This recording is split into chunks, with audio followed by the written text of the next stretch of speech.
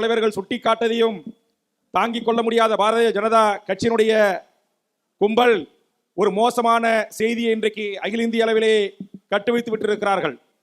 அந்த செய்திதான் உடல் உழைப்பு தொழிலாளியாக தன் வயிற்றை கழுவிக்கொள்வதற்கு தமிழ்நாட்டுக்கு வருகின்ற வட இந்தியர்களை தமிழ்நாட்டில் கொலை செய்கிறார்கள். வட இந்தியர்களை தமிழ்நாட்டில் தீயிட்டு கொளுத்துகிறார்கள்.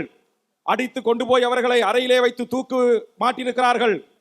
அதற்கு பிறகு அடித்து தூக்கி கொண்டு போய் தண்டவாளத்திலே வீசியிருக்கிறார்கள் என்று உண்மைக்கு மாறான செய்திகளை தமிழ்நாட்டிலிருந்து அனுப்பி அதை பீகாருடைய சட்டப்பேரவையிலே இந்த பிரச்சனையை இதே சங்கிகளின் தலைவராக இருக்கிற கட்சியை கொண்ட பாரதிய ஜனதா உறுப்பினர்களால் எழுப்பப்பட்டு இன்றைக்கு இந்திய முழுவதும் இன்றைக்கு இந்தியை தாய்மொழியாக கொண்டு பேசுகின்ற வட இந்தியர்களுக்கு ஒரு பாதுகாப்பற்ற மாநிலமாக தமிழகம் இருக்கிறது என்கிற ஒரு உண்மைக்கு மாறான பொய்யான செய்தியை வதந்தியை பரப்பி ஆண்டு கொண்டிருக்கிற திராவிட முன்னேற்ற கழக அரசுக்கும் கொண்ட அண்ணாமலைகளின் முகத்திரை கிழிக்கப்பட்டிருக்கிறது என்பதை நான் இந்த கூட்டத்தின் வாயிலாக பதிவு செய்கிறேன்.